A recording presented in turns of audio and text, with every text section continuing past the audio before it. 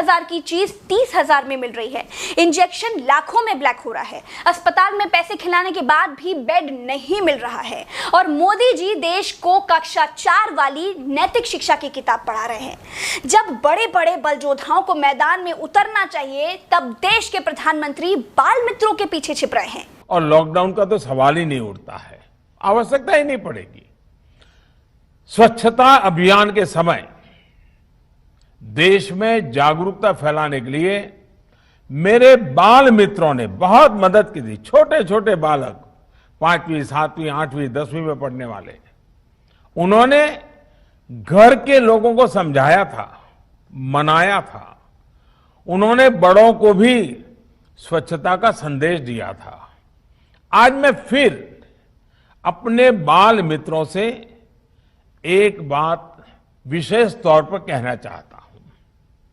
मेरे बाल मित्र, घर में ऐसा माहौल बनाइए कि बिना काम, बिना कारण घर के लोग घर से बाहर न निकले। आपकी जीत बहुत बड़ा परिणाम ला सकती है। प्रधानमंत्री जी, ये कोरोना महामारी है, स्वच्छता अभियान नहीं है। बाल मित्रों को ये भी बता दीजिए कि जब बंगाल की रैली में जाने के लिए स्टेशन पर ट्रेन खड़ी हो और बीजेपी के कार्यकर्ता घर के लोगों को बुलाने आए, तो घर के बड़ों को घर से बाहर जाने देना है कि नहीं देना है? रैली में जाना आवश्यक कार्य में आएगा या फिर आवारागर्दी में आएगा? मुझे विश्वास है जन भागीदारी की ताकत से हम कोरोना के इस तूफान को भी परास्त कर पाएंगे। जन भागीदारी तो चल ही रही है। हाल ये है कि आपके मंत्री तक सोशल मीडिया पर ही बेड मांग रहे हैं। देश ने प्रधानमंत्री को केवल भाषण देने के लिए नहीं रखा है, संकट के समय देश चलाने के लिए भी रखा है। आपसे अस्पतालों में ऑक्सीजन की व्यवस्था नहीं हो पा रही है, लोग अपना अपना सिलेंडर लेकर घूम रहे हैं।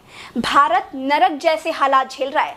बनारस में एक माँ ई रिक्शा में अपने बेटे की लाश लाद कर ले जा रही थी, लेकिन आपको दिन में भीड़ देखकर बहुत मजा आता है और रात में आप ज्ञान चंद्र बन जाते हैं।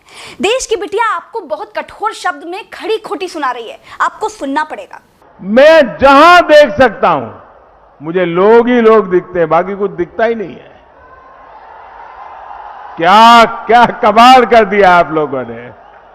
आप दिन में बंगाल की भीड़ देखकर खुश होते हैं और शाम को बाल मित्रों से कहते हैं कि घर के बड़ों को बाहर मत निकलने देना।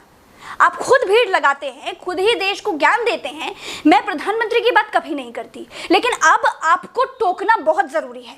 इस देश को कोरोना के मुंह में झोंकने के जिम्मेदार प्रधानमंत्री जी आप हैं। आपके सिस्टम ने मेरे भाई जैसे उदित नारायण जी को मार दिया है। देशवासियों से अपील करता हूं कि अधिक से अधिक मात्रा में इस संकट की घड़ी में देशवासी आगे आएं और जरूरतमंदों तक मदद पहुंचाएं। इस वक्त देशवासी ही एक दूसरे की मदद कर रहे हैं। आपके ज्ञान की आवश्यकता नहीं है। आप जाइए, रैलियों का मंच खाली होगा, वहां भीड़ देखकर आप खुश होइए। दो मुंही बातें करके महान बनने की कोशिश मत कीजिए। सच ये है कि आपके बस में कुछ है ही नहीं। न सरकार के पास कोई प्लान है, ना ही कोई आइडिया है। आप लोगों को बहुत बुरा लग रहा होगा, लेकिन प्रधानमंत्री ने कोरोना की दूसरी लहर में पाप किया है, पाप। जब सही करेंगे तो तारीफ भी करेंगे, लेकिन देश को कोरोना के मुंह में झोंकने के गुनहगार नरेंद्र मोदी जी हैं।